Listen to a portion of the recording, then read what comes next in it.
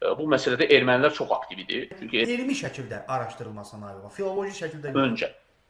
Amma məsələn bir Azərbaycanlı, xaricdə yaşayan Azərbaycanlı test keçirdi. Onu ərazi olaraq genetik bazada Armeniya olaraq yazırdılar. Məsələn bu subkladdır. Bunu biz bəsit olaraq izah elədik ki, bu Y DNT-dir. O sizin ata xəttinizin ardıcıllığıdır. Elə bir o sizin şəcərənizdir. Amma genetik şəcərənin ili təsdiqlənir. Yəni bunlarla həmin subklad 5000 ilə birləşirsə, o dövrdə ümumiyyətlə xalq olmuyor 5000-6000 il öncə. Qarışıqdır. Məsələn, onların müxtəlif xətt, bir qolu onların çıxıb YV22, onlar Xorasan türkləri ilə birləşirlər onlar. Həmin bu xətt. Hər vaxtınız xeyir, hörmətli izləyicilər. Tarix Hasan İzadda kanalında sizi xoş gördük. Bu günləri bizim alternativ tarix layihəsi üzrə yenə qonağımız var. Qonağımız genetik araşdırmalar üzrə tədqiqatçı, Azərbaycan Family Tree DNA layihəsinin adminlərindən biri və irsi xəstəliklər üzrə mütəxəssis Orxan bəydir, Orxan Xansu var. Yadınızdadırsa buna qədər biz onunla bir debatımız olmuşdu etnogenez barəsində. Mən tarixçi olaraq, o isə genetik olaraq öz fikirlərini bildirmişdik. Bugün isə yəni bizə, mən o videonun altında baxırdım, çoxlu rəylər gəlirdi. Soruşurdular ki, bu genetik analiz yəni nədir? Bunlarla bağlı suallar çox olurdu. Ona görə mən düşündüm ki, sırf bir verilişi buna həsr edək və Orxan bəylə biz razılaşmışıq ki, inşallah bu mövzuların davamı olsun ki, bizim millətimizin də bundan bir maariflənsin. Bu məsələdə maariflənsin. Elə ki, mən qarışıq. Birinci növbədə elə mənim özüm. Mən yenə də, onun özünə demişəm, yenə də o əvvəlki fikrimdə qalıram ki, etnogenez araşdırmalarında genetik tədqiqatlar vacibdir, lakin birinci dərəcəli deyil. O köməkçidir. İndi bu məsələni sonra danışarıq. Əsas məsələ o ki, bəlkə ola bilər bu verilişdən sonra mənim də fikrim dəyişər. Mən onu demirəm. Əsas odur ki, başlayaq. Deməli, Orxan bəy, mən sizi izləyirəm Facebookda. Sizin paylaşımlara da baxıram. Genetik tədqiqatlar, xüsusən də bu son dövrlərdə Azərbaycanda DNT test analizi verənlərin sayı artıb. İstəyərdim birinci bundan başlayaq. Bu DNT test nədir? Birinci bundan başlayaq. DNT test nədir? O nəyi müəyyən edir ümumiyyətcə? Buyurun. Mən də ilk öncə sizi salamlayıram. Həqiqətən çox maraqlı bir təşəbbüsdür. Həm də yəni tarix elminə bu qədər akademik yöndən yanaşmağınız həqiqətən təqdirə layiq bir addımdır, bir davranışdır. İlk öncə burada bizi izləyənləri hamısını da salamlayıram. Və mən məlumat olaraq deyim ki, Azərbaycan DNT layihəsi son dönəmlərdə, yəni 1-2 ay ərzində çox ciddi bir maarifləndirici addımlar nəticəsində inkişaf prosesinə qədəm qoyub. Bu sürətlə inkişaf edir. Çünki əvvəllər insanlar bu məsələləri yaxşı anlamırdı, onlardan qorxurdu və yaxud məlumatlı olmadıqları üçün, yetərincə informasiya sahibi olmadıqları üçün bunu bilmirdilər. Ümumiyyətlə, bu Azərbaycan DNT layihəsi barəsində əvvəl məlumat verim. Azərbaycan DNT layihəsi ilk öncə 2010-cu ildə qurulmuşdu, Əkbər Əliyev tərəfindən qurulmuşdu və sonradan bunun inkişafında rol oynayan əsas şəxslərdən biri Rəza Xansu var idi. Sonra bununla yanaşı bir çox Azərbaycan DNT layihəsi tərkibində Turkish DNT layihəsi tərtib olundu. Həmçinin burada bizim iştirakımızdan fəaliyyət gücləndi və inkişafa qədəm qoydu. Azərbaycan DNT layihəsinin birinci məqsədi nədən ibarətdir ki, istər dünyada, istər super güc ölkələri ki var, məsələn dünyada tanınan super güc ölkələr, onların öz şəxsi genetik mərkəzləri mövcuddur, genetik tədqiqat mərkəzləri. Və bu YDNT analizi 1997-1999-cu illərdə, hələ o dövrdə Amerika Birləşmiş Ştatlarında yayılmağa başlamışdı ki, belə bir test analizləri var. Və bu şirkəti birinci dəfə quran Bennett Greenspan idi, Family Tree DNA şirkətini quran. Bununla yanaşı dünya üzrə ümumiyyətlə çoxlu şirkətlər var. Məsələn, MyHeritage şirkəti var, o İsrailin şirkətidir. Sonra 23andMe şirkəti var, Ancestry DNA şirkəti var. Bunlar Böyük Britaniya, Avropa ölkələrinə bağlı olan şirkətlərdir. Nebula şirkəti var, Genome DNA proyekt layihələri var. Müxtəlif layihələr, şirkətlər mövcuddur, amma Azərbaycanda yox idi. Biz də əslində bunu qurmamızda məqsəd ondan ibarət idi ki, bu məsələdə ermənilər çox aktiv idi. Çünki ermənilər təbii ki, bilir ki, Amerikada onların lobbiləri var, onlar orada daha aktivdirlər və onların əlinə bir növ bu falsifikasiya eləmək üçün bir defa oldu. Yəni onlar dedilər ki, çünki indi elm o qədər inkişaf edib ki, məsələn sizin baxdığınız o prizma ki var, tarixə baxış prizması, indi qabaqki o bizim o mənbəşünaslar ki var, bəzi dırnaqarası tarixçilər ki var, onlar heç bir mənbəyə əsaslanmadan araşdırmalar edirlər. Bu da təbii ki, qlobal elmi sferada... Bizi güldürür, bəli, düz deyirsiniz. Bəli, ciddi Mən onun şahidi qarşılanmır. olmuşam. Sözü kəsirəm. Bax, mən onun şahidi olmuşam. Deməli, çox üzr istəyirəm, sözü kəsdirəm. Çünki gəldiniz məqamına mən onun ürəyim partlayır. O əsas mənim yaralı yerimdir. Mən məcburam onu deyəm. Deməli, 2009-2010-cu illərdə, hörmətli izləyicilər, elə Orxan bəy siz sözü də dinləyib, maraqlıdır. Mən o vaxtlar tələbə idim. Universitetdə oxuyanda bizə belə deyirdilər ki, ay nə bilim, bütün dünyanın bütün tarixçiləri hamısı ruslar deyir, bu Apolçilisdə bizə qarşı belə hamısı birləşiblər ki, fikir bu Azərbaycanlıların tarixini nətər eləyə saxtalaşdıraq, nə qayra.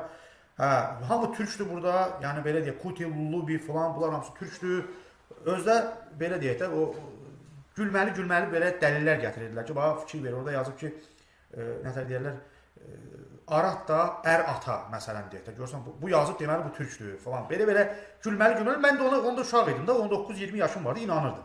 Bir gün dedim ki, girəcəm mən bu rus dilli forumlar vardı, tarixi forumlar.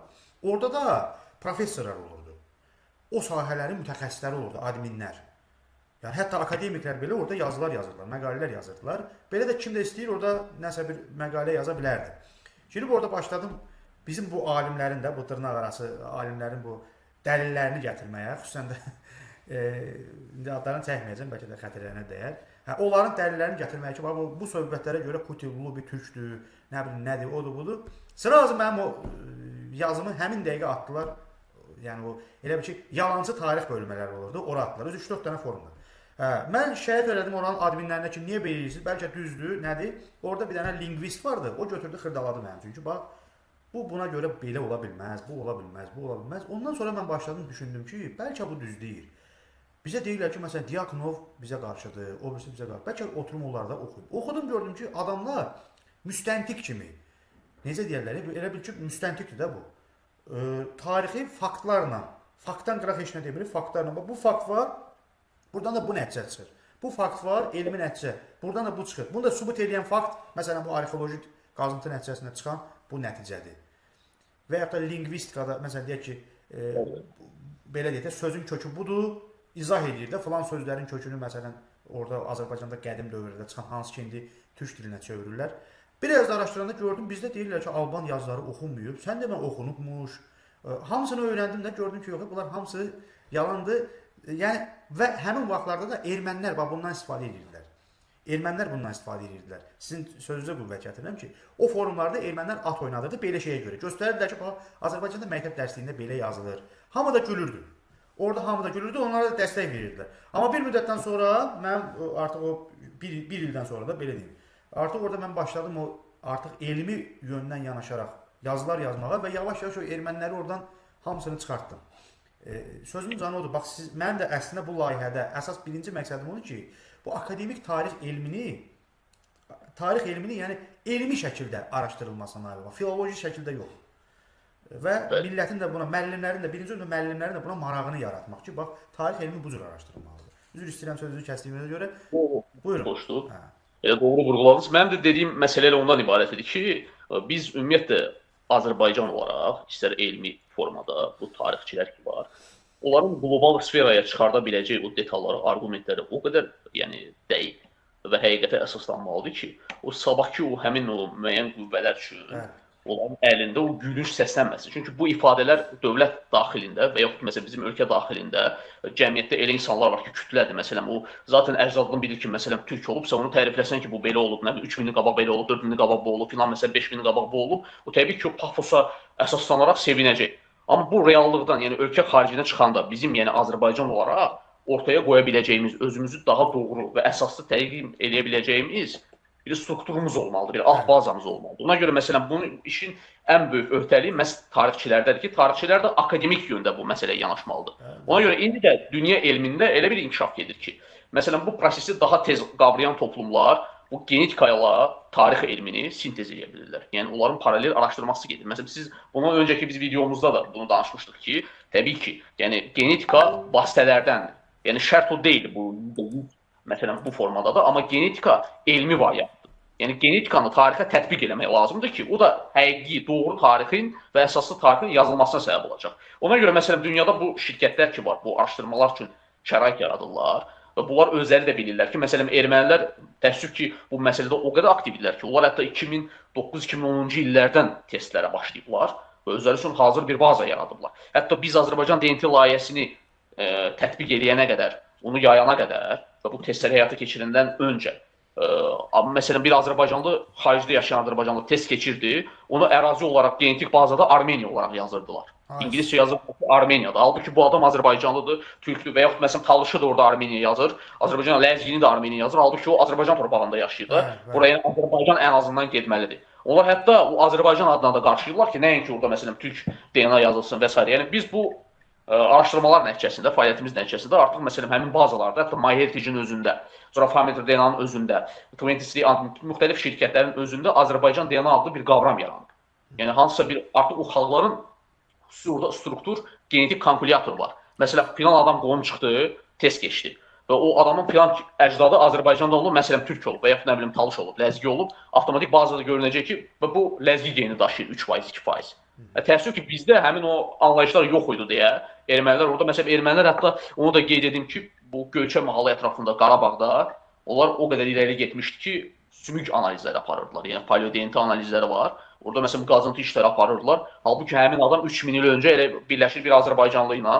Yəni eyni qədim sakinidir. Amma o orada da test keçib deyə və orada görür ki, Azərbaycanda Monqolmu tapılmır, axı Azərbaycanda test yoxdur. Yəni axıb test olandan sonra birləşmələr üzə çıxacaq. Test yoxdur, o deyir ki, orada təqdim edir ki, genetik olaraq mən burada 3000 ildir buradayam. Nə bilim 5000 ildir mən buradayam. Filan ildə mən buradayam. Ona görə onlar bu işi daha irəliyə daşıyırlar. Hətta onlar bunun əsasında təzədən özləri üçün tarix yazırlar. Yəni o tarixə tətbiq edirlər bunu. Təkcə ermənilər yox, digər xalqlar da bunu elə edir. Qaldı bu DNT-nin əhəmiyyətinə, indi biraz mövzudan yayındım. Bu DNT testi ilk növbədə nəyi bildirir? Birincisi, məsələn siz bir DNT testi ilə əsas 3 faktoru əldə etmiş olursunuz. Birincisi Y-DNT haplogrupdur. Y-DNT haplogrup nədir? Y-DNT haplogrup sizin atanızdan min illər boyu davam edən, sizə gələn həmin bu xromosom ardıcıllığıdır və bu da niyə yaranır? Məsələn, hər bir Y xromosomda müəyyən illər ərzində hər hansı bir mutasiya baş verir. Cüzi bir hərf, genetik bizim ardıcıllığımızda, məsələn Y xromosomumuzda bir hərf başqa bir hərflə əvəzlənir və həmin əvəzlənmə baş verdiyi üçün yeni bir mutasiya yaranır və bu da genetik xəttin başlanğıcının əsasını qoyur. Y xromosomu. İlk əvvəl onun deyin ki, zəhmət olmasa. Bu DNT testi nə cür olur? Yəni bunun zəhmət olmasa deyin, bunu birinci. Çünki o Y xromosom, bu xromosom analizi, məsələn bu Y-DNT testi, ümumiyyətlə DNT analizi indi bir metodlar var. İndi qan analizinə elə də ehtiyac yoxdur, çünki elm o qədər inkişaf edib, ağız suyundan götürülür. Çünki ağız seyirlik şahsında DNA segmentləri toplanılır, bu tüpürücü əvəzləri vasitəsilə. Həmin tüpürücü əvəzləri analiz olunur. Və bu tüpürücü əvəzlərində onların genetik strukturu araşdırılır. Proses belə olur. Məsələn, siz tutaq ki, test keçmək istəyirsiniz, bəsit formada analiz edib, siz müraciət edirsiniz, yəni sifariş üçün. O da müəyyən ödənişi olur. Məsələn, ödəniş qarşılığında siz ödəniş elədiniz və o test çubuqları sifariş olunur. Yəni, hansı ki, test çubuqları gələndən sonra ağız içinə ağız seyirlik çıxarsın. Bəli, uzun formada olur. Yəni, ağız içinin bir sol və sağ cütləri olur onun. O da niyə iki kitdən istifadə olunur? Ora nümunə göndəriləndə laboratoriyada, məsələn, hər kəsin ağız quruluşu, hər bir insanın müxtəlif ola bilər. Bəziləri, məsələn, elə olur ki, onda tüpürücü vəzləri daha yaxşı inkişaf edir. Elə məsələn insan olur ki, zəif inkişaf edib, ona görə sol tərəfə də sürtülür, yoxlanılır, sağ tərəfə də. O bazı olaraq laboratoriyaya çatanda məsələn bir nümunə kifayət eləmədikdə, o DNA nümunəsi tüpürəcək. O digər nümunədən istifadə olunur ehtiyat olaraq. Yəni ona görə iki nümunədən istifadə olunur. Yəni orada çətin bir şey yoxdur. O da göndəriləndən sonra laboratoriyada müxtəlif cihazlar var. Məsələn, Avropanın istifadə elədiyi cihazlar, onlar daha dərin marker analizi təəssüf ki, apara bilmirlər. Məsələn, Rusiyanın özünün də şirkətləri var. Rusiyanın özünün universitet nəzdində Balnovski universiteti var. Həmin onun firması var. Orada eləyir. Bir də Genotek şirkəti var Rusiyada. Məsələn, onların fərqi odur ki, lori dildə başa salım. Biri 12 hərfi analiz edə bildiyi halda, bu şirkət 700 hərfi analiz edə bilir. Ona görə məsələn 12 markerdə olanda, məsələn biz bilirik ki, tutaq ki, genotikdə test keçəndə o çıxır R1B məsələn haplogrupu. R1B özü 14 min illik bir Y xromosomdur. Yəni onun məsələn də belə deyək də, yaş qoyaq 14 min. Məsələn J2-yə qoyaq 10 min il. Fərqi yoxdur, sadəcə izah üçün deyirəm. Məsələn deyək ki, J2 14 min ildir yaşı.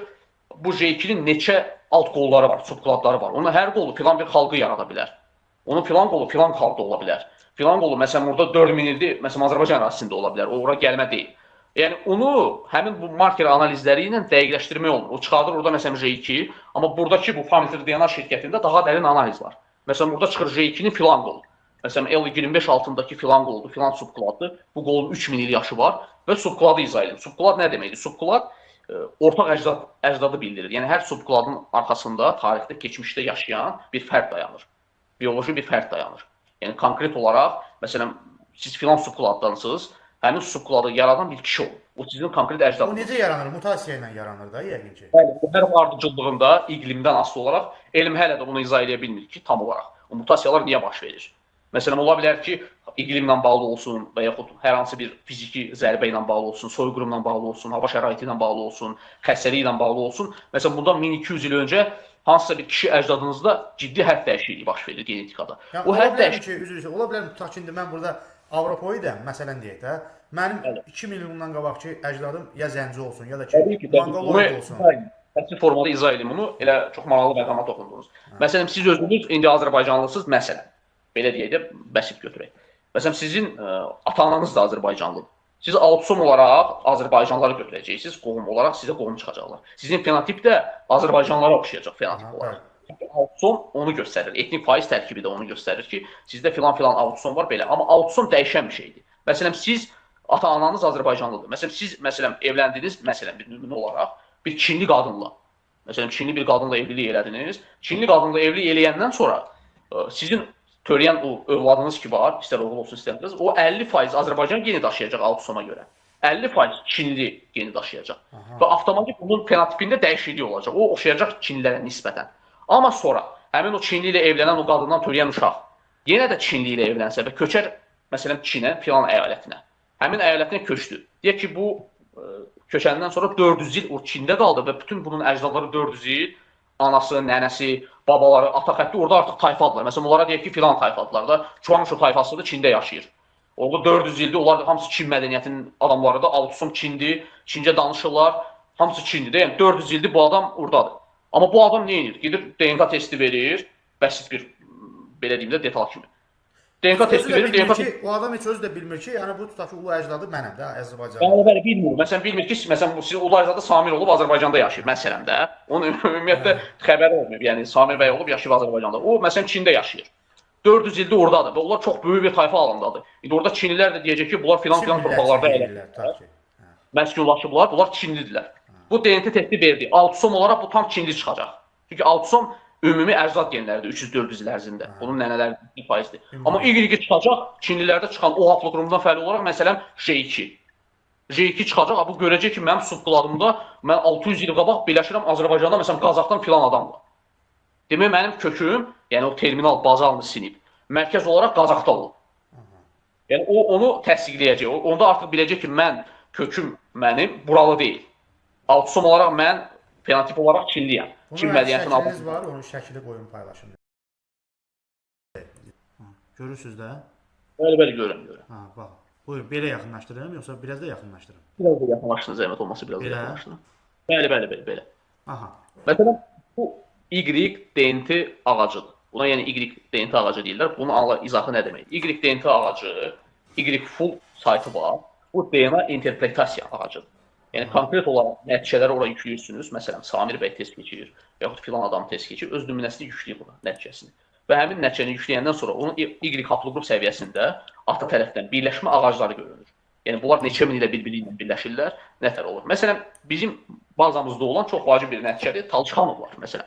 Bu Talışxanovların nümunəsidir. Talışxanovlar J2 haplogrupunun Z77 06 altındakı subkladda bu qol çıxıblar. Burada, məsələn, birləşmələrinə baxın. Azərbaycandan yazdığımız bu Talışxanovlardır, Talışinskilərdir. Hətta Masallı'nın Mahmuda var bura digah, hətta Lənkəranın Boladiyev və digah və Ərkivan mahallarında, yəni o kəndlərində yaşayan bir çox nəsillər bunlardan birləşirlər, eyni nəsildir. Bunların birləşmələri kimləndir? Birincisi Zaza Bingöl, fikir verirsinizsə orada yəni göstərir. İkincisi Druz mənşəli, onun kökü də Kürd olub. Və konkret olaraq bunlar adamlardır da. İndi belə deyək, test verən insanlar, düzdürmü? Bəli, bunlar məsələn müxtəlif ərazidən test keçən adamlardır və onlar avtomatik olaraq Y ağacında birləşirlər Talışxanovlar. Və konkret bu subkladın 3200 il yaşı var. 3200 ildə bu subklad tərkibində orada izahlar verilib. 3200 il ərzində bunlar birləşirlər Kürdlərlə, Zazalarla və konkret Talışlarla. Və bu qolun yaranma arealı göstərir ki, elə bu qol təxmini olaraq İran dilli bir qrupdur. Yəni kökü olaraq Talışdır Və bu təsdiqlənib. Elmi olaraq orada izahlı göstərir ki, bunlar hamısı bir-birindən konkret olaraq birləşirlər. Y-DNT səviyyəsində. O digər birləşmələrdir. Məsələn, Zazadır, Türkiyənin Elazığ bölgəsində olan Zaza, Tehranda olan Farsdan birləşir. Orada digər izahlar da var. Məsələn, ərəb var orada. Məsələn, bu ərəb kökən Hebrondandır, amma kökü Kürd oldu, həmin o ərəbin. Sonra biri İsraildə yaşayan bir Druzdur, amma onun da şəcərəsinə görə onun kökü gəlib Kürdlərə çıxır, yəni Kürd olub, Yəhudi olmuyor kökən. Və bu qol 3200 illik bir mutasiyanı formalaşdırır. Həmin bu Z7706 altındakı bir qoldur bu və bu 3200 ilə göstərir ki, bu qol tamamilə İran dilli bir qoldur. İran dilli bir mədəniyyətin parçasıdır. Yəni həmin o xalq olaraq mənşələri bunların Talışdır, Kürdür, Zazadır və bu üçü də eyni vaxtda bir-birindən ayrılıb.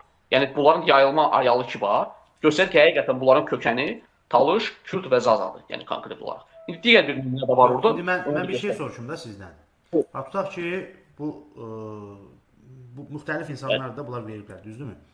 Bunların markerlərə əsasən, yəni nə qədər marker üst-üstə düşür, ona görə bilinir də ki, bunlar hamısı eyni qola. Bəli. Bu necə? Onu da izah edeyim. Bu FF testində bu yüklənmələr ola bilməz. Çünki FF testində Y-DNT-nin marker səviyyəsində analizi yoxdur. Necə? Məsələn, BigY 700 marker dərin analiz markeridir. Siz 700 marker analiz olunur, bu dərin dediyimiz test. Həmin 700 markerdə dünya üzrə kim test keçibsə DNT-də, DNT bazasında mövcuddursa, hansı adam sizə həmin markerdə nə qədər yaxındırsa, həmin yaxınlığa və ortaq əcdad birləşmələrinə görə konkret mutasiyanın səviyyələri ölçülür, o birləşmələr araşdırılır və xromosom səviyyəsində sizə qohum olan adamlar aşkarlanır. Və ona uyğun həmin birləşmələr ağac yaranır. Məsələn, tutaq ki, siz yaşayırsınız, bəsit formada deyim, məsələn də siz Tovuzdansınız məsələn və Tovuzdan olan bir adam test keçir. Tovuzda olan adam 300 ildir babaları oradadır həmin şəxsin. Yəni 1700-cü ildən Tovuzda yaşayır, məsələn Bozalqanlı kəndində. Həmin Tovuzda yaşayan Bozalqanlı kəndində olan adam test keçir və sonra məlum olur ki, Qərbi Azərbaycandan yaşayan, məsələn, və yaxud Zəngəzur malında bir adam qohum çıxır ona, o adam da orada 300 ildir, Bozalqanlı da burada 300 ildir. Amma bunların ortaq əcdadı yaşayıb 700 il öncə. Göstərir ki, bunlar 700 il öncə birləşirlər filan ərazidə, filan kökdəndirlər bunlar. Konkret olaraq bunların şəkilləri. Məsələn belə deyək də, tutaq ki, məsələn deyirəm. Bax bu ərəb. Düzdür? Bəli. Bir də budur. Bəli. Bunların məsələn o belə əcdadları gəlir, birləşir bu bir tərəf. Necə ki o biri şeydə göstərdiyiniz kimi. Bəli, elə necə? Samirin atası məsələn filan kəsdir.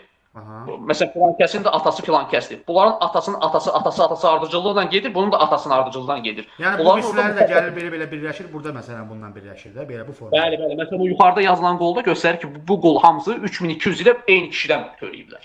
Ortaq bir əcdadları var və məsələn bu yayılma arealını göstərir. Məsələn, bu Kürdə də var. Bax bu var ya bu. Tutaq ki, bunlar da birləşdi, gəldi, hamısı da tutaq ki, belə birləşdi, gəldi. Gəldi bu adama çıxdı da, düzdürmü? Bu Y xromosomlarda gəldi. Yəni mən onu siz məndən daha yaxşı bilərsiniz, amma mən belə başa düşürəm də bunu. Gəldi bu adama çıxdı. Bu da 3000 il əvvəl yaşayıb.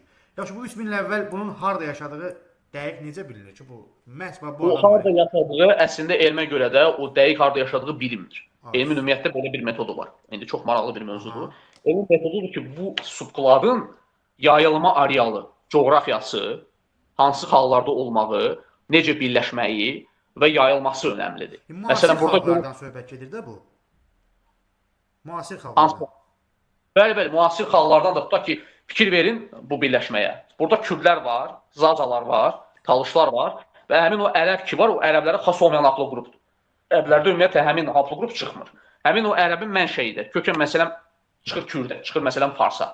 Həmin o mədəniyyət ümumi olaraq 3000 ilə birləşir. Bu da görünür ki, bu lingvistik olaraq bu Y-DNT nümunələri hansı xalqlarda yayılıb? Və bunlar həmin ərazilərdə qədimdirlər. Məsələn də bu belə. O necə ki, bundan sonraki nümunəni də göstərim sizə izah edeyim. O N nümunəsi var idi orada. Mən sizə göstərəcəm. Demək, baxın, burada bu nümunə bizim Azərbaycanlının bir nümunəsidir. Bacıoğlu tayfasıdır. Bu Bacıoğlu kəndi var hal-hazırda. İndi sonralar ona Ermənistan Hayk-Nəvan adını dəyişdirərək Hayk-Nəvan eləyib. Orada olan bir nümunədir. Həmin şəxs əcdadı köçüb Türkiyə ərazisinə köçüb. Onlar indi Aksoy adı ilə tanınırlar. Onların birləşmələri var. Baxın, məsələn, bunlar 1900 il bundan öncə təxmini olaraq ortaq əcdadları var və 1900 il ərzində onların birləşdiyi nümunələr kimlərdir? Biri Çin, Xuanzhou əyalətində olan bir adamdır. Yəni, həmin haplı qrupa uyğun olaraq, konkret olaraq həmin o sinif ki var, o subklat ki var, yayılıb indiki bu Şərqi Türkistan ərazisində, Uyğur türklərində hətta Çinə yaxın ərazilərdə, bir də Çinin Monqolistanla bağlı sərhədlərində. Hətta Bəli. orada olan nümunə daxili Monqolistan adlanan bir yer var. Bəli. İnner Monqoliya deyirlər ona, Çin, həmin o bəli. ərazidə olan bir şəxsə birləşir. Həmçinin bu nümunədə digər o Discovery ağacı ki var, Family deyilən Discovery ağacında. Burada eyni zamanda Tataristandan tatarlar var.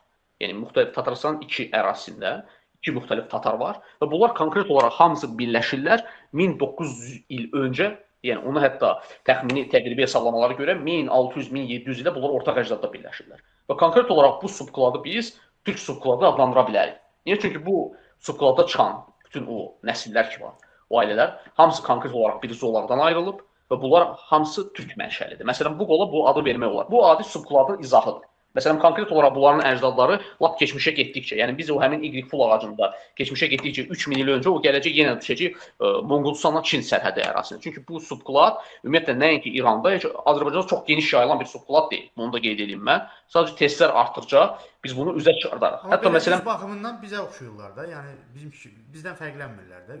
Bəli, altın olaraq onlar konkret deyəcəksiniz ki, məsələn, hətta onlar İranlılara oxşuyurlar. Sən deyəcəksin ki, məsələn, onlar farslara oxşuyur və s. Amma o altsomdur. Amma kökləri tamam ayrı. Məsələn, bizim o bazamızda Zülqədərovlar var. Yəni məşhur soylardan biri Zülqədərov. Zülqədərovlar birbaşa O haplı qrupu çıxıb. Yəni bunlar birbaşa, yəni təmiz elmi olaraq türk adlandırılan haplı qruplardan biridir. Çünki həmin subklad Orta Asiya olmaqla əsasən Çin, həmin Uyğurlarda, nə bilim Monqolistanda yayılan bir haplı qrupdur, bir sinifdir. Məsələn, həmin o haplı qrup O haplı qrupu çıxıb. Sonra həmin o haplı qrupların məsələn çox maraqlı bir nümunə var idi. Şamaxıdan bir nəsil var idi. Həmin Şamaxıda olan nəsil iddia edirlər ki, onlarda şəcərə var idi ki, biz ərəb mənşəliyik, bizim kökümüz ərəb olub. Onlar yəni konkret özünü ərəbə bağlayırdılar. Amma DNT test elədik. Bu adamlar çıxdılar D haplı qrupu. Həmin bu D haplı qrupu birbaşa Yaponiyada yayılan, Tibet dağlarında yayılan bir haplı qrupdur. Onda da biz anladıq ki, bu konkret olaraq türk axılı ilə gələn bir adamdır. Ümumiyyətlə yəni onun elmi olaraq ərəb olma ehtimalı yoxdur. Sonra başqa bir nəsil var idi. Məsələn, Şəmkirdən bir onu da qeyd edeyim. Şəmkir rayonundan bir neçə belə testlər var. Bəziləri var ki, DO haplı qrupu çıxır. Çünki təəssüf ki, çox test yoxdur. Bir nəsil var ki, konkret yəni altsum olaraq bu adamlar türk çıxdılar da. Yəni onlara baxsaq deyirsiniz ki, bu adamlar qıyıq gözdür, konkret olaraq Orta Asiyadan gəliblər. Amma adamın çıxdığı J1 haplı qrupunun P58 subkladı konkret ərəbdir bu adam. Yəni bunun 700 il öncə babası ərəb olaraq köçüb. Türk qadınları ilə evlilik eləyib, altsum qarışıb və bu adam türkləşib. Halbuki indi ən çox, yəni belə deyək, türk özünə hesab edən adam bu adamdır. Konkret olaraq bu adam türk hesab edir. Bunun altsomu, fenotipi belə ümumiyyətlə ərəblərdən əlaqəsi yoxdur. Konkret türkdür. Amma kök olaraq Y səviyyəsində, elmi olaraq onu artıq heç vaxtı türk adlandıra bilmirlər. Altsom olaraq bu türk sayılır. Amma kökü, məsələn, bunun ərəb olub. Bu digər zonalardan da belə, məsələn, nümunələr var. Məsələn, elə bir nəsil var ki, o konkret olaraq Hindistanla birləşən nəsillər var. Konkret Hindistanla birləşən xəttləri var. Ərəblərlə var, Yəhudilərlə var. Bu göstərir ki, bu miqrasiyalar, bu proseslər bizim Azərbaycan elə bir ərazidə yerləşib ki, konkret olaraq bütün mədəniyyətlərin toqquşduğu bir ərazidir. Və təəssüf ki, bu qədər zəngin tarixə, zəngin belə deyim, mədəniyyətə sahib olan ölkədən çoxlu test yoxdur. Hətta məsələn, mən onu qeyd edim ki, Türkiyə və İran DNT layihələrindən bizim Azərbaycan DNT layihəsi qat-qat öndədir, kəmiyyət və keyfiyyət baxımından.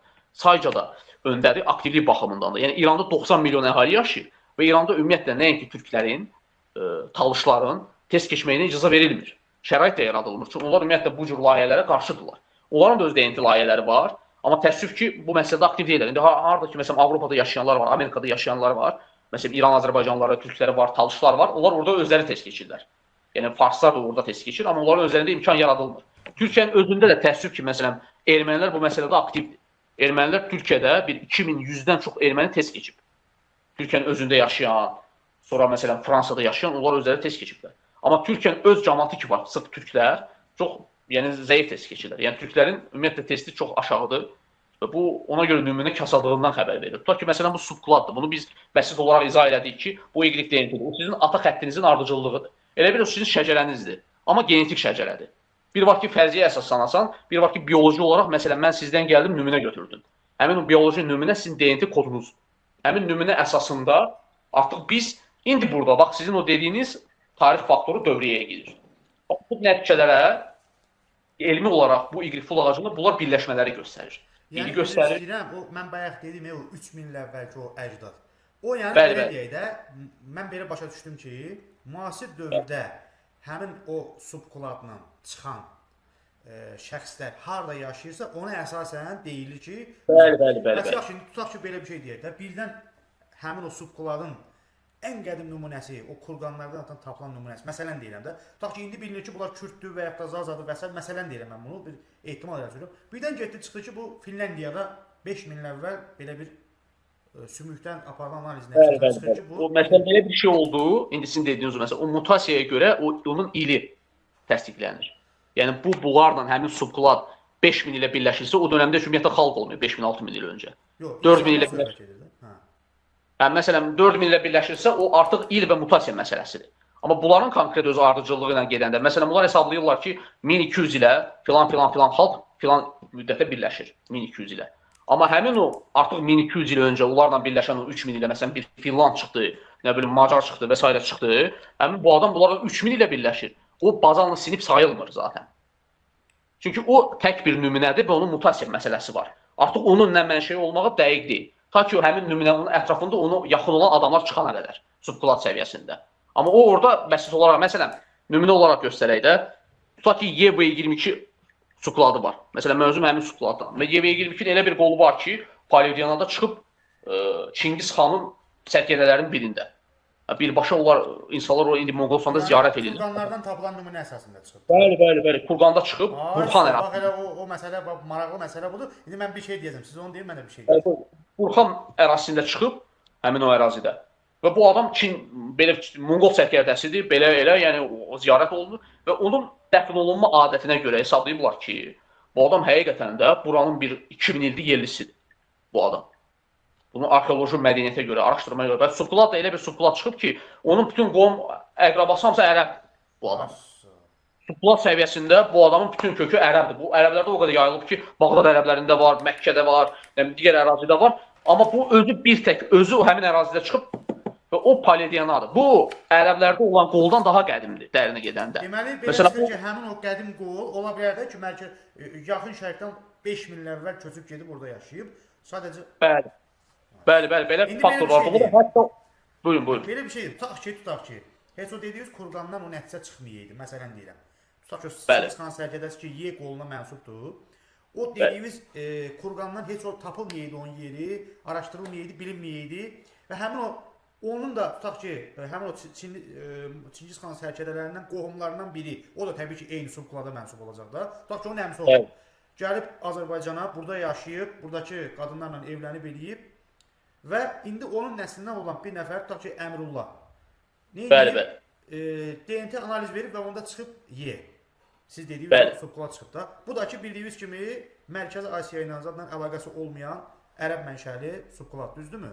İndi buna əsasən biz ona deyə bilərikmi ki, sən məsələn Mərkəzi Asiyadan gəlmirsən? Yox, onun mutasiya ili var. Məsələn, o istər-istəməz hansı ərazidən köçürsə köçsün, birləşmənin ardıcıllığı var. Məsələn, o heç vaxt o ərazidən köçüb deyə, necə ki o Paleogenada çıxsaydı var, o məsələn 3500 ilə birləşir ərəblərlə. Azərbaycana köçən qol da 3000 ilə birləşəcəkdi ərəblərlə. Həmin dövrdə də ona ərəb kökəni saymaq olmazdı. Başa düşdünüzmü? Yəni o mutasiyanın ili hesablanır. Yəni o Amerikaya da köçsə, sümükdə də çıxsa nədir? Mutasiyaya görə o illər hesablanır. Yəni bir var ki 1000 ilə birləşirsən, bir var ki 2000-3000 ilə birləşirsən. Bunun kökü ola bilər haçansa Mesopotamiyadan olsun. Amma bu artıq onu necə izah edeyim? Məsələn, çox bəsit bir analiz göstərim burada. Məsələn, biz Talışlardan çoxlu testlər eləmişik. Talışlar özləri mədəniyyət olaraq Yamna mədəniyyətin bir parçası sayılır. Hind-Avropa mədəniyyətidir, Proto-Yamna mədəniyyətidir və bunlar 3000-3200 il öncə Talışda çıxan məsələn Elbirbelər, Elbiralar, əsasən Elbirbelər. Məsələn, Talışda çıxan qol STS 77-63 qoludur. Etnik Talışların bir 30%-ni, 35%-ni təşkil edir. Bu birbaşa Hind-Avropa mənşəli Yamnadandır. Bu adamlar 3000 il bura gəldilər. İndi analizə görə də bunlar 3000 il bura gələndə, bu dili gətirəndə, Talış dili gətirəndə burada kim yaşayırdı? Kaspilər, məsələn. Məsələn, orada Kaspi deyirik, yəni biz o məsələlərə girmirəm. Məsələn, orada o yaşayan həmin adam test keçəndə bunlar Elbirbe çıxır. Görünür ki, bu dili gətirən Talışlar bunlardır. Amma burada yaşayan o yerlilər, məsələn, həmin subkulatlara test edilir, o adam çıxır J1 Z1842. Həmin qol Qafqazda 4800 illik bir qoldur, birləşir avarlarla, ləzgilərdən, hətta şax daxalları ilə. Bu da göstərir ki, bu Elbirbe bura Talış dilini gətirəndə bu J1 burada arxaik idi. Burada daha qədimidir. Və bu dili götürüb, bu da 3000 il Talışdır. Bu da 3000 il Talışlaşıb Talışdır. Ona görə də məsələn sizin o dediyiniz məsələ var ha. Məsələn bu həmin o Monqol adam ki var, kökü onun Mesopotamiyadandır məsələn və yox Levantdandır. Amma bu adam həmin bunun əmsi uşaqları 3000 il o ərəb kimi qalanda ərəbləşəndə bunlardan bir qol hansısa səbəbə görə bölünüb 3000 ildir türkün içindədir. Başa düşdünüzmü? Yəni o evləndiyi adamlar deyir qohum əqrəbası olub heç müasir dövrdə o subklada heç kim çıxmayıb oralarda. Yəni belə olsa necə? Fikrimiz ayrı. Sukladın yaşı hesablanır. Orada da bilinir ki, yəni bu adam nə biləcək ki, bu Mərkəzi Asiyada yaranıb o yaş. Yox, yaranma yaşını deməyəcək. O deyəcək ki, bunun yaranma yaşı ki var, məsələn, bunun birləşmə yeri. Məsələn, ərəblərdə birləşən qollar var. Bunlar 2000 ilə bir-biri ilə birləşir. Biri yaşır Suriyada, biri bunlar böyük bir tayfadılar. Amma bunlardan 3000 ilə birləşən bir nəfər adam var, yetimdir. O adam nə bilim, Çindədir, tutaq ki. Bu adam yetimdir, Çindədir. Bu birləşməni göstərəcək. Amma şərt deyil o Çinlini desinlər ki, Çinin kökü ərəb oldu. Amma ərazi olaraq isə, haçansa bu Çinli ki var 3000 il qabaq orada, ora xas bir haplogrup deyil. O haçansa 3000-4000 il qabaq heç ərəb dili formalaşmayanda, o ərazidə yaşayan adam idi. Mesopotamiya, Levantda. Başa düşdünüzmü? Sadəcə indi o həmin o ərazidə qalıb yetim kimi onun öz qoludur. Məsələn, o indi birləşir, nə bilim, Monqollarla filan qollar. Yox, mənim deməm, yenə də biraz keçirik. Mənim deməm odur ki, heç ümumiyyətcə müasir dövrdə onun nəsli kəsilib də, müasir dövrə qədər heç bir DNK test verənlərdən Monqolistanda, Çində, nə bilim, Yaponiyada və s. uzaq şərqdə DNT test verənlərdən heç kimdə o siz dediyiniz o Y qolu çıxmayıb da. Fikrimiz ayrı bildim. Bilinmir. Yəni heç kimin ağlına gəlməz ki, Monqolistanda, Çində belə bir bu yəni necə deyirlər də bu qaplı qrupda bir adam olsun bu subkladda. Və indi orada nəsillikcə də o dövrdə eləyir yəni. Monqollar, Tatarlar köç eləyəndə onlar nəsillikcə köçürdülər. Köç eləyib gəliblər İranda yaşayırlar. Məsələn deyək də. İndi İrandan da bir nəfər özünü məsələn türk sayır, analiz verir, gəlir çıxır ki, bunda Y qolu. İndi mən onu demək istəyirəm ki, mənim fikrim, bilmirəm, nə dərəcədə sizə aydın olur ki, mənim fikrim budur ki, indi bu DNT analiz nəticəsində, tutaq ki, oralardan heç bir nəticə çıxmayıb. Məsələn deyirəm, heç kimdə o nəticə çıxmayıb da. Bu 3000 il əvvəl bunun əcdadları birləşir ərəblə. İndi buna məsələn də DNT analiz nəticəsində yəni deyilə bilərmi ki, bu Mərkəzi Asiyadan gəlməyib, elə buranın 3000 ildir yerli sakin olub. Yoxsa necə? Nümunələrə əsasən.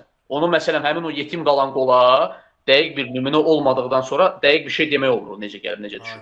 Bunu elm də belə qəbul edir. İndi ona görə deyirəm ki, qıpçaqların da arasında. Baxın, dediyiniz məsələ ki var, həmin hadisələr çox nadir də olsa olur. Məsələn, elə qol var ki, məsələn, necə deyim, bizim Qəbələdən bir dostumuz var, onun testi var idi. Həmin dostumuz Y haplı qrupunun, bax, dediyiniz həmin məsələyə gəlirəm ki, qolu çıxmışdı ki, PF 67-47 qolu çıxıb. Bu adam 800 ilə 4000 ilə birləşir ərəblərlə. Amma bunun 4000 il nə Qəbələdə, nə Azərbaycanda heç bir qohumu yoxdur. Bu adam tək qalıb, bunun qohum əqrabası yoxdur. İndi buna da iddiaya görə biz deyə bilmərik bunun kökü ərəbdir. Çünki bu 4000 ilin məsələsi. Ta ki, həmin nümunənin formalaşması üçün testlər... Yəni, o həmin ərazidən o şərt o deyil, onlar hamısı qırılsın. Yəni, mütləq onun qohumu olacaq və yaxud 4000 ilə yox, ondan birləşən 2000 ilə birləşən bir qol olacaq. O da təzə miqrasiyanı ortaya çıxardacaq. Ona görə istənilən halda o nümunələr artmalıdır. Dünyanın hər yerində, məsələn, şərt o deyil, Azərbaycandan test gəlir, Türkiyədən də olsun, İrandan da olsun, İraqdan da olsun ki, o baza yaran. Biz o xəttləri bilək ki, bu boşluq kimdir? Bəlkə o ki, ərəb deyil, o gəlib, məsələn, Orta Asiyadan. Məsələn, bu Talışlı filan ərazidən gəlib, Farslı filan ərazidən gəlib. Onu bilmək üçün test lazımdır. Ona görə o testlər olsun, hələ arxeoloji qalıntılar nəticəsində çıxan nümunələrin də sayı artsın. Necə ki, mən bu yaxınlarda bir məqalə oxudum, istəyərəm bu məqaləni mən paylaşım. Deməli, bu Qıpçaq kurqanlarında aparılan Macaristanda Kuman, bilmirəm oxumusunuz yoxsa yox, indi onu paylaşım, sizə də göndərəcəm, bilmirəm sizə göndərdim yoxsa yox, demişdim sizə. Deməli, bu Qıpçaq Kuman kurqanlarında aparılan yəni arxeoloji qalıntılar nəticəsində tapılan tapıntıların DNA analizidir. Burada, məsələn, bu müəlliflər belə qənaətə gəliblər ki, burada Qıpçaq başçısı, xüsusən də Qıpçaq başçılarının çoxu heç yəni Orta Asiya genləri daşımır. Orta Asiya genləri daşımır və onlar ön Asiya genləri daşıyırlar. Yəni, düzdür, mən bu işarələri o qədər də başa düşmədim. Burada belə şeylər göstərilir. Onların çıxdığı bu, əsasən mito xəttlərini göstərir, mitoxondrial. Baxın, bu haplogrupplar var, bu M, N, bu ana xəttləridir, bu Y qeydiyyatı yoxdur bunların. Bu, görmüşəm bu məqaləni, görmüşəm, bəli. Baxmışsınız buna. Yəni, nəticə hissəsinə mən, düzdür, bunları mən heç bir başa düşmədim, əsas mən onun nəticə hissəsini mənə maraqlı gəldi, oxudum, özüm də oxudum onu. mən elə bunu sizdən bax mən məsələn ona nümunə olaraq bunu göstərmək istəyirəm ki, Qıpçaq başçılarıdır, Kumandır, 13-cü əsrə aid qəbirdir. Amma oradakı qapla qruplardan 11 nəticə Burada bu izahda göstərir ki, bunlar mito xəttləridir. Yəni mito xəttləri baxımından bunlar ön Asiya adamları deyil. Yazılıb burada Hunqar, yəni Macar topu bunlar hamısı mitodur. Haçdır, Avropada yayılan haçdır. Niyə bunların mito xəttləri əsasən türk mənşəli deyil? Niyə? Çünki bunlar evlilik ediblər Avropa qadınları ilə və yaxud ön Asiyada yaşayan qadınlarla. Orada yazılıb, hamısı xəttləri göstərib dediyiniz məsələləri. Hə. Burada bax ümumi nəticədə mən baxdım ona. Ümumi nəticə hissəsində indi tamam. Bax ümumi nəticə hissəsində yazılmışdı. Mən istəyərdim onu tapım göstərim. Yazılmışdı ki, yəni 19 nəticədən 11 nəticə ön Asiya mənşəlidir. Ön Asiya mənşəlidir. Bir neçə mənşə bu deyil, burada da yazılıbda səhv etmirəmsə.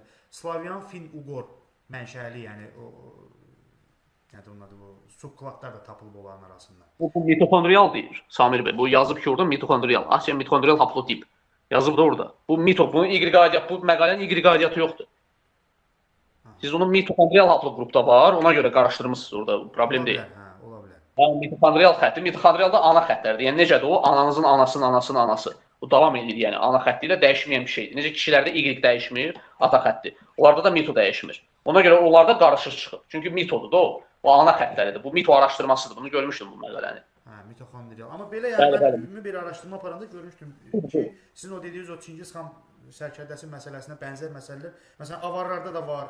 Avar qəbirlər kurqanlarında da tapılıb, sonra Xəzər kurqanlarında da tapılıb ki, onlarda məsələn bu ön Asiya mənşəli genlər tapılıbdır.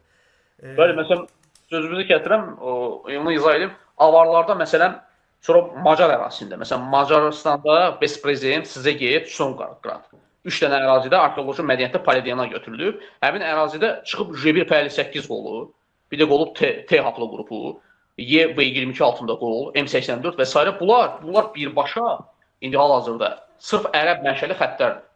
Bunlar avar qəbirlərində bunlar çıxıblar. Və o həmin avar qəbirlərində bir, necə deyək, 2000-3000 il yaşları var, məsələn də belə deyək. Həmin onlar avar qəbir. Bu da göstərir ki... 2000 il olmaz, 1500 il olar. Çünki avarlar Avropaya... Məsələn, avarlardan öncəki mədəniyyətlər də orada var. Məsələn, bunlar Lombardiya ərazisində Palediana aparırlar. Yəni, həmin o 2000-3000 ili bir yaşı var idi. O adam, məsələn, Avropalıdır. Amma çıxıb, J1-in elə bir qolu çıxıb ki, o indi ərəblərdədir. O necə çıxıb? Bunun izahını da elə izah edirlər ki, elmi olaraq muzlu sərkərdə kimi, döyüşçü kimi. Ondan istifadə edirlər, gəlirlər Mesopotamiyaya.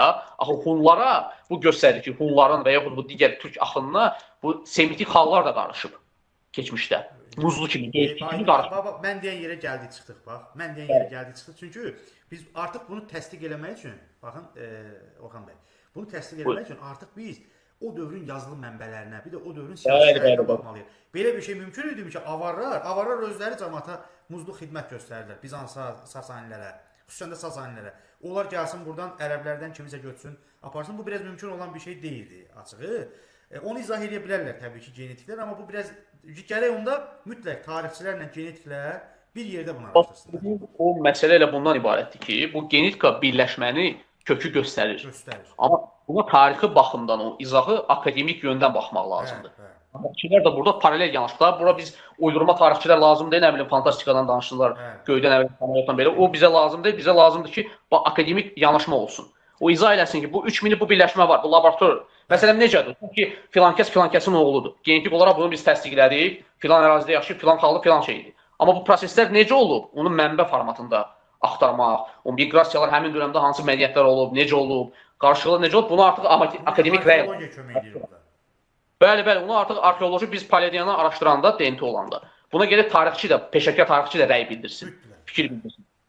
Bəli, ona paralel getmək. Yoxsa tarixçi də heç bir şeyə əsaslanmadan, nümunə olmadan fikir bildirəndə, bu da boş qalır. Bu da Məhz elmi yanaşma belə olmalıdır ki, məsələn, bir tarixçi, tutaq ki, etnogenez məsələsini araşdırır.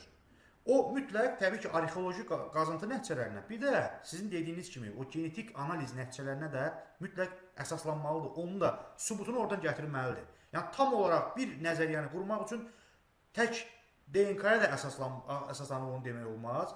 Təkcə tarixi də, məsələn, mən tarixçiyəm, belə fikirləşirəm, bu da olmaz. Mütləq bunun sübutu, məsələn, belə deyəndə mən bunu müstəntiq bayaqları misal gətirdim. Müstəntiq necə bir cinayət işini araşdırır? Orada məsələn bir fərziyyə irəli sürürsə, bunu mütləq gərək hadisə yerindən tapılan əşya dəlillərindən də sübut eləsin. Əgər varsa, DNK analizi ilə də orada təbii ki, laborator analizlərin nəticəsində tutaq ki, kimisə orada bir tük nümunəsi və s. tapılıbsa, onun da nəticəsində araşdırılır ki, bəli, sən burada olmusan, sən artıq bunu dana bilməzsən. Düzdürmü? Müstəntiq buna əsasən öz fikrini bildirir və üstəlik yazılı şahid ifadələri falan və salam. Artıq bir hadisənin necə deyirlər, rekonstruksiyası baş verir. Eləcə də tarixçi də etnogenez və digər məsələləri araşdıranda mütləq orada arxeoloji qazıntı nəticələrinə əsaslanmalıdır. Öz fikrini bununla əsaslandırmalıdır. İkincisi sizin dediyiniz kimi DNK analiz nəticələrində burada göstərməlidir mütləq. Bu da mütləq olmalıdır. Son sualımı vermək istəyirdim Orxan bəy. Azərbaycandan nə qədər indiyə qədər yəni nümunə verilibdir? Sırf Azərbaycan türklərindən və talışlardan, digər xalqlardan da. Ümumiyyətlə Azərbaycandan hal-hazırda bizim bazamızda, indi son zamanlar bizim etdiyimiz testlər nəticəsində biraz sayı artmağa doğru gedir. Təbliğat, maarifləndirmə işləri, insanlara çatdırmaq. Hal-hazırda bizim bazamızda 1400-ə yaxın nümunə var.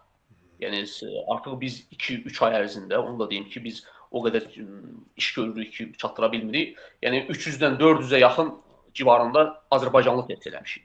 Yəni istər türk olsun, istər talış olsun, istər ləzgi, istər afan. Yəni bu məsələdə təbii ki, çox da aktivlik yüksək səviyyədə deyil. Amma çalışırıq indi hal-hazırda bizim bazamızda, Azərbaycan DNT layihəsinin bazasında 1400-ə yaxın nümunə var və yaxud mart-aprel ayında təxmin olaraq. Yəni biz 1400-1500 nəticəni tam əldə edəcəyik. Yəni 200 nəticə tam əldə olunacaq. Hələ test olunacaq şəxslər var, nəsillər var. Bunların aralarında zadəgan nəsilləri var. Təzə test eləmişik. Azərbaycan maarifçiliyində rol oynayan, Azərbaycan elmində rol oynayan, sonra hərbi strukturda rol oynayan şəxslər var. Yəni vacib tarixi şəxslər, şəxsiyyətlər. Bunları da test eləmişik. Yəni testlər zamanla artmağa doğru gedir və inanıram ki, bir baza yaranacaq. İndi əlimizdə hələlik 1400-ə yaxın nümunə var. 1400-ə yaxın nümunəyə də bunu əsaslandırmaq olar ki, Azərbaycanda hələ ki biz çoxluqdan, haplı qrup səviyyəsində çox gəlmə mənşəli insanlar çox görmürük biz. Yəni mən bunu rəsmi olaraq açıqlayım ki, bizim DNT bazamızda, yəni orada elə xəttlər var ki, məsələn iddia edirlər ki, Monqolların hücumu var. Məsələn tarixdə sizin məsələn bildiyiniz kimi Monqolların hücumu var. Məsələn gəliblər, dağıdıblar, belə olub, filan kəs gəlmədi belədir. Amma bizim hələ DNT strukturunda həmin o C haplı qrupun üstünlüyü hələ görünmür. Yəni Azərbaycanda çıxan həmin türk mənşəli adamlar ki var, onlar birləşirlər öz aralarında. Görürsən ki, o 1200 ildir, 2000 ildir, heç o gəlmə deyil. Orada 2000 ildir, orada yaşayır o. Yəni onu deyirlər ki, filan kəs gəlib. Bunu da yenə də qurmaq üçün nümunə yaranmalı, bazası olmalıdır. Yəni o 1200 nümunə deyil. Biri var ki, Qazaxda məsələn 20 testim var. O Qazax üçün heç bir şeydir. Yəni Azərbaycan özü 10 milyon bir toplum olduğu halda Azərbaycanda 1400-ə yaxın nümunə heç bir şeydir. Yəni etnik türkləri ayrılıqda bölsən 879 nümunə var etnik türklərdə. Təsəvvür eləyin. Yəni bu çox az. Əksəriyyətində məsələn bu necə görsənir də tutaq ki indi? Əksəriyyətində məsələn Azərbaycan türklərində çıxan ən geniş yayılmış adlı qrup J2 adlı qrupudur. J2 çox geniş yayılıb. J2-nin məsələn M67 subkladıdır ki, həmin o M67 subkladı Qafqazda və Anadoluda geniş yayılıb. Anadolu mənşəlidir əsasən. Qafqaz Anadolu ərazisində geniş yayılıb. Onun altındakı M92 qollar məsələn ayrımlarda həmin qol müşahidə olunur. Bunlar həqiqətən Anadoludan gələn köçləri əks etdirir. Görünür ki, onlar həqiqətən birləşirlər, yəni. Və Azərbaycan ümumi türkləri toplum olaraq, yəni YDNT səviyyəsində Orta Asiya, Mərkəzi Asiya ilə çox bağlılıq çıxmır. Ən çox bağlılıq çıxdıqları Türkiyə türkləridir. Yəni ola bilməz bir kere Türkiyə türklərlə bir yerdə gəliblər bura, Oğuzlarla bir yerdə. Təbii ki, o da ola bilər, amma Orta Asiyadan həmin o YDNT ardıcıllığı ki var, burada çox müşahidə olunmur, amma zamanla testlər artdıqca biz görürük. Məsələn, adi o Bacıoğlu tayfası idi, o məsələn çıxır, biri çıxır O, biri çıxır N. Zamanla sadəcə nümunə azdır. Məsələn, o Tovuzdur, Şəmkirdir. Ümumiyyətlə 9 nümunə bir heçdir Azərbaycan türkləri üçün. Bir də var talışlar üçün. Buyurun. Yox, buyurun. Deyim, mən başqa bir şey deyəcəm. Hə, buyurun. Məsələn, talışların özündən indi hal-hazırda biz Azərbaycan üzrə biz talış DNT layihəmiz də var bizim nəzdində Azərbaycan DNT. TAP DNT layihəmiz də var, yaratılıb. Azərbaycan Türk İş DNT də var, hamısı var. Talış nümunələri 350-yə yaxındır. Yəni 300-350-yə yaxın etnik talış nümunəsi var. Yəni bu da dünya standartlarında vacib bir strukturdan biridir baza. Ləzgilər məsələn, mən təşviq edirəm ki, ləzgilər aktivləşsin bu məsələdə, test keçsinlər ən azından. Ləzgilər çox zəifdir. Azərbaycanda yaşayan ləzgilər bu məsələdə. Sonra avarlardır, digər xalqlardır. Yəni onlar da bu testdə iştirak eləməlidir. İnqiloylar məsələn iştirak eləməlidir, iştirak eləmir. Azərbaycan türkləri də dəhşət aktiv deyirlər. Məsələn, ən çox test olunan zona mən deyim, bölgə olaraq bölsə bazor Şuşalılardır məsələn. Şuşa çox aktivdir bu məsələdə. Qarabağ aktivdir. Sonra Tərtər aktivdir. Qarabağda daha çox nə mənşəli çıxır Qarabağın? Mənim özümdə Qarabağda qarışmır. Məsələn, Qarabağda onu da qeyd edim ki, Elbirbə haplı qrupu da çıxır. Məsələn, o həmin Elbirli haplı qrupu elə haplı qrup çıxıb ki, o ermənidən qədimdir. Yəni o erməni gəlib bundan törəyib. Onsuz da elədi o. Erməni gəlib bundan törəyib, sadəcə din dəyişib də, biri xristianlığı qəbul edib və s. Ona görə onlar bir növ qorxurlar ki, həmin ərazidən testlər çıxacaq, onlara qovumluq əlaqələri aşkarlanacaq. Onlar görəcəklər ki, erməni biz bunlarla birləşirik. Qarabağlarla birləşirik. Ona görə orada təəssüf ki, testlər artmalıdır. Sonra Zəngəzur malından testlər artır. Yəni o vacib bir məsələdir. Şuşadan sırf testlər çoxdur. Şuşada məsələn bir soy var idi, onu test eləmişdi, o haplı qrupu çıxmışdı. Tamamilə həmin o soy o türk mənşəli idi. Sonra məsələn J1 Z18 42 haplı qrupu çıxır Bakı kəndlərində. Bizim Bakı kəndlərində birbaşa avarlarla, ləzgilərlə birləşmələr var. Sonra tatlarla, talışlarla birləşmələr var. Ümumiyyətlə, yəni o bazanın yaranması üçün testlər artmalıdır. Naxçıvanda məsələn testlər çoxalır zamanla. Naxçıvan ərazisindən testlər var. Çolanı tayfasından test verənlər varmı görəsən sizdə? Pardon? Çolanı tayfasından, çolanı. Çolan tayfasından bəli var. Çolan tayfası tamamilə test keçib hamısı. Əksər qolları. Əksər qolları tamamilə test keçib. Hə, nədir görəsən bax bu? Bu qarışıqdır. Məsələn, onların müxtəlif xətti. Bir qolu onların çıxıb YV22. Onlar Xorasan türkləri ilə birləşirlər onlar. Həmin o xətt. Bir qol çıxıb El. Onlar da İraqda yaşayan türkmənlərlə birləşirlər. Belə xəttlər var. Amma ulu köklü onlar ərəblərlə birləşirlər. Həmin xəttlər. Yəni qarışıqdır. Onların həmin tərəfdən test verən olmayıb. Bu Sırx Qarabağ, Ağdərə zonasında yaşayan o türkmən tərəkəmələrdə, çolanlardan. Onlar çoxluğundan V22 çıxır El haplı qrupu ilə. Y haplı qrupu çıxıblar V22 qolu, bir də El haplı qrupu çıxıblar. Mən özüm də oradanam, ona görə o sual verdim. İndi bəlkə mən özüm də test verəm. Çox güman ola bilər. Orada qollar var da, məsələn Rəsilli qolu var.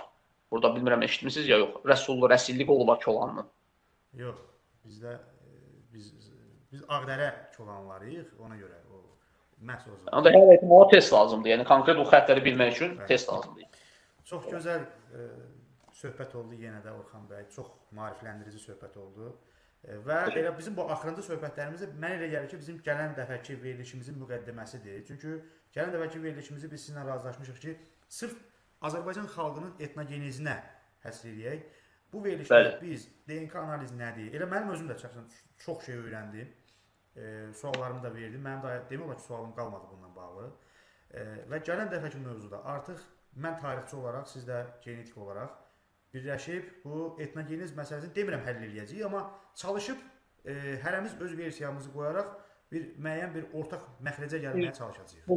Mən düşünürəm ki, əslində bu bizim bu danışdıqlarımız, bu addımlar ki var, onlar bir qığılcımdır. Yəni mən bunu həmişə vurğulayıram. Yəni bu qığılcım elə bir qığılcımdır ki, necə Azərbaycana demirlər, odlar yurdu ölkəsi. Yəni biz odlar yurdu ölkəsi kimi gedirik də. Həmin o qığılcım yavaş-yavaş o qədər onu o qədər sıçratmaq lazımdır ki, digər adamların beyninə, onların beyninə düşsün. Və bu fikir olaraq yayılsın və mən düşünürəm ki, gələcəkdə bu böyük bir, necə deyim, o bazaya səbəb olacaq, elmi bir bazaya səbəb olacaq. Yəni yeni bir tarixçilər yetişəcək. Təəssüf ki, bizim o gənc kadrlarda yoxdur belə bir başqa cür prizmadan baxsınlar. Bax, tarixdə bu şərtdir. Tarixdə elmi akademik inqilab şərtdir. Tarixçilərin özünün, məsələn siz indi belə düşünürsünüz, sizin tipdə insanların tarix elmində belə deyək, onu həqiqətən elmi, sənədləşdirilmiş variantda çevirməsi şərtdir. Və eyni zamanda da elmi janrda da, yəni elmi formada da fərqi yoxdur. Bu bədii janr olsun, ədəbiyyat olsun, fərqi yoxdur. Hamısında bir qığılcım olmalıdır ki, və düşünürəm bir effekti olacaq da. Biz, yəni mənim demək istədiyim budur ki, bizim toplum meyillidir biraz humanitar məsələlərə. Yəni ancaq şeir yazsınlar, çünki şeir bəsit bir şeydir, dərdən başlar deməkdir. Həmən çiçək belə gəldi, böcək belə gəldi, amma əsas onu elə izah etmək çox sadədir ona görə. Ona görə əsas prioritet məsələlər qalıb qıraqda, yəni problemlər qalıb qıraqda. Ona görə mən düşünürəm bir effekti olacaq. Və gələcəkdə yeni fiqurlar ortaya çıxacaq da, biz bu inkişafa səbəb olacaq. Bir ideoloq olaraq bir nəsə yarada bilərik də bu ölkə üçün, bu vətənimiz üçün. İnşallah. Ona görə də bu verilişi mütləq paylaşın. Bacardığınız qədər çox yerdə paylaşın ki, belə verilişlərin sayı çoxalsın, belə bu cür verilişlər cəmiyyətdə artsın ki, yəni inşallah ki, bunun da nəticəsi olsun. Sağ olun, gələn görüşlərə qədər, inşallah ki, növbəti verilişdə görüşənə qədər. Sağ olun Orxan bəy, çox sağ olun.